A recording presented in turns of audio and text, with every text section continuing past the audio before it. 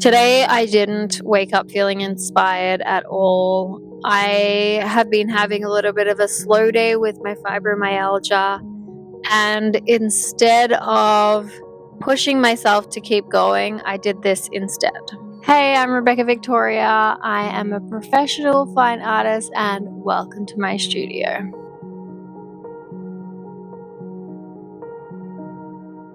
This is a 4-part series called the Artist Mindset series about motivation, mindset, and momentum. So today's episode is number 1. If you've ever been feeling stuck or unmotivated and just like you can't get your mind around making art, I can completely empathize with you. I know exactly how that feels. I am actually kind of in that headspace today. Today I have come down to the studio to share some of my ideas with you of how I get out of this mindset. They have been very useful for me. So today I really want to share 5 mindset mistakes that I've really struggled with that can really slowly drain your creative energy away from you without you even realizing. And the goal here really isn't to be beating yourself up or to be criticizing yourself. It's just to be more intentional and be more aware and notice the thoughts that you're having, because once you're aware, then you have the ability to change it. My number 1 mistake is waiting until you feel ready.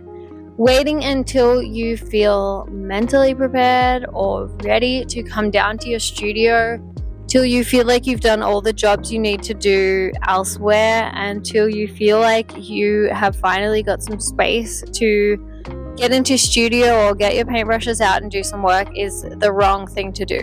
Or even just waiting for inspiration to feel right, I guess, and for it to strike at the exact right time. It will never happen at the exact right time. This is going to slow you down. The truth is, if you're waiting for the time for all of your ducks to be in a row and for everything to be lined up, you are going to be waiting forever.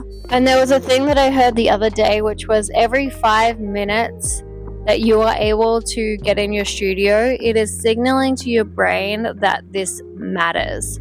So even if you only get down to your studio or if you're only able to do a little bit of drawing for 5 minutes, you still got one signal of this matters to your brain. Imagine if you could get an hour in and how many signals that is. That will be so beneficial in the long run if you can keep that up over a long-term period. And even if you did 5 minutes a day and got 1 signal a day, that is probably better than doing 1 hour, 1 day a week. The continuous effort that you can put into being productive like that will signal so much to your brain that it is important and that it needs to be in your life and that you need to make space and room for this. And that will be super beneficial in the long run for your creative practice as well as for you personally. The next mistake that I am very guilty of, and that is comparing my art to somebody else's or comparing my art career to somebody else's. And that is so harmful in so many ways. And it really is something that we need to train ourselves to stop doing, because I think that it's really a learned thing. We learn to do this mainly over social media because I feel like there's this constant pressure to perform, but also be scrolling and see everybody else performing and then be like, wait, why aren't I performing at the rate that this person is or this person is? And forgetting that we're playing a different game than them. They might be 10 years ahead of us. They might be 10 years behind us. We might have children. They might not. We might have a 9 to 5. They might not. There's just so many variables that you're not taking into account when you're comparing like this. You are just comparing at face value. That is not productive by any means. So if you're scrolling on YouTube or Instagram, you need to really be aware that this might be sucking and draining a lot of your creative energy in comparison. It can serve as a bit of inspiration, but I've been looking at inspiration from alternate sources that are more self-driven, like going for a walk or collecting a whole bunch of photography that I did and using that as my base for inspiration. I have this album on my phone that has, one of them is full of sunsets and one of them is full of flowers. And these are such huge sources of inspiration for me, and that is so much better for me to be scrolling through than scrolling through Instagram. So my challenge that I really found for me was, what if I stopped comparing myself and started just choosing and finding my own joy? And that has been really groundbreaking for my practice, and I urge you to try that in yours. Mistake number 3 is not protecting your creative energy. Motivation really isn't just about discipline, it's about energy, the energy you're feeling. And protecting that energy is just as important, if not more important, than the discipline that you are able to push yourself and come into the studio every day. If your energy is running on empty or you're pushing too hard, then you are not going to be creating from a space that is in such alignment with what you want anyway. It's going to have that deflated, drained, discolored look to it. It's going to be like looking at a painting in sepia tone. And now I feel bad in case you paint in sepia tone, that can still be incredibly beautiful. Okay, it's going to be like looking at a landscape in sepia tone, like looking out your window and seeing that there's no color. You can only see in black and white or sepia, and it will still be beautiful, but it just doesn't have that punch to it. If you're looking at like a floral landscape, like it just doesn't have that punch, that emotional energy that comes with color. That is how I kind of see the energy in myself. If I am so exhausted, it's like my body can't create the color. So there's no punch to my energy. There's no pull out and grab you back in. And that's what I find color does. And if I'm exhausted, then my painting is going to look deflated like that too.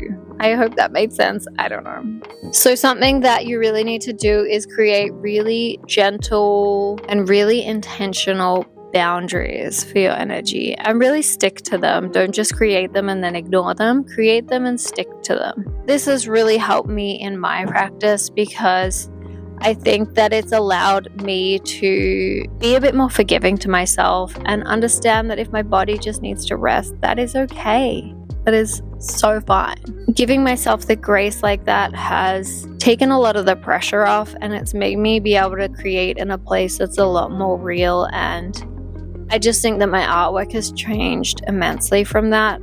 I only come and paint. Like today, for example, I really wanted to paint and I just wasn't feeling that great when I came down to the studio. So I thought maybe I'll sit down and do my speaking video first, and maybe if I could give myself a little grace and just allow myself to do what my body needs to do, then maybe I'll feel like painting later, but maybe I won't, and that's okay too.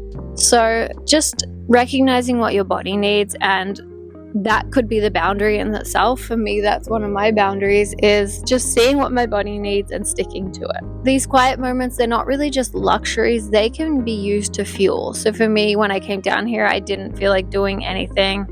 And now that I'm getting going, I feel like I'm feeling way better already, and I can use this to kind of fuel myself and maybe springboard into painting after this. And another thing that I found really helpful with that and protecting my energy is the time blocking. The time blocking has been very, very critical for my painting practice now.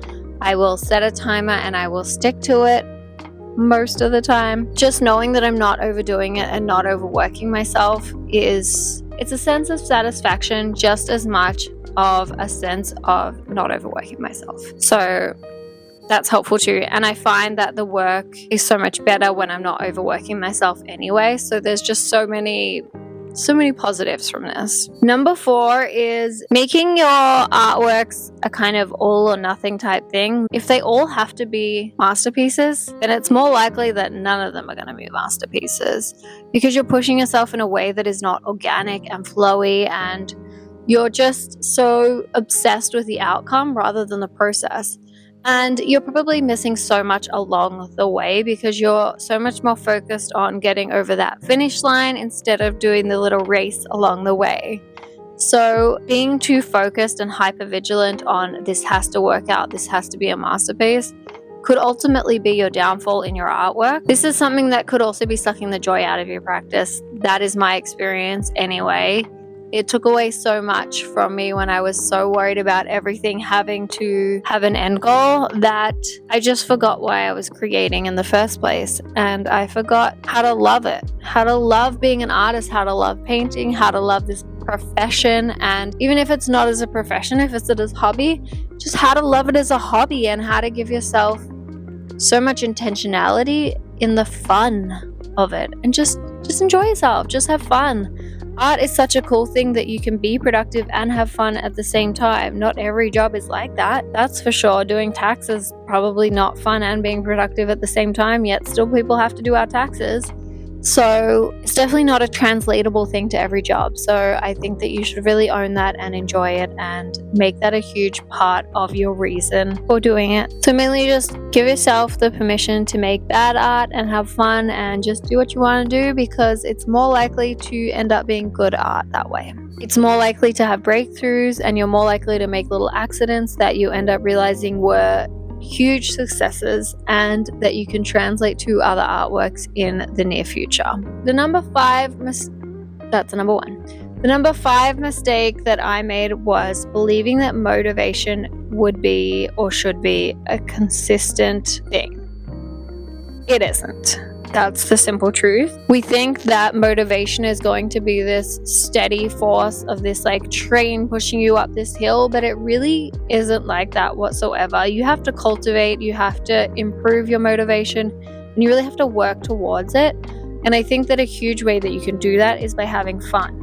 If you're having fun, you're going to be a lot more motivated to do things. And if you're enjoying the process, you're going to be way more motivated to do things too. The other thing that I found was that I really had to create this relationship, I guess, with my artwork, that it was always there for me as a constant, whether I felt motivated to do it or not. It wasn't going to be mad at me the next day. I wasn't going to feel guilty or beat myself down one day because I didn't feel motivated to do something. I just give myself the grace to know that whether I create today, whether I create tomorrow, whether I create in 3 months' time, it's still going to be there for me. Whether I don't have the motivation all the time, that's okay. It's okay to just slowly work towards things. You're allowed to rest and return. You're allowed to take breaks. You're allowed to go with your feeling and trust your intuition and trust your gut. It doesn't have to be all or nothing. So I hope that maybe even one of these reminders is helpful for you today. Maybe all 5 were, if you were one of those lucky people like me, that all 5 of these help you. Please let me know in the comments. I hope that they give you a little permission to be kind to yourself, be patient with yourself, and just allow yourself to understand that you can do things at your own pace, at your own rate, and just do things that make sense for you. It's not about anyone else, it's about you. If you like these gentle mindset approaches, please feel free to subscribe and follow along for more advice like this that I have been learning along the way of my artistic journey and my creative career. I am going to leave you there, and I'm sending you so much love, and I hope that you have some time in your day today to go and create some art, and if not, go take a nap. Okay, I'm sending you so much love. Bye!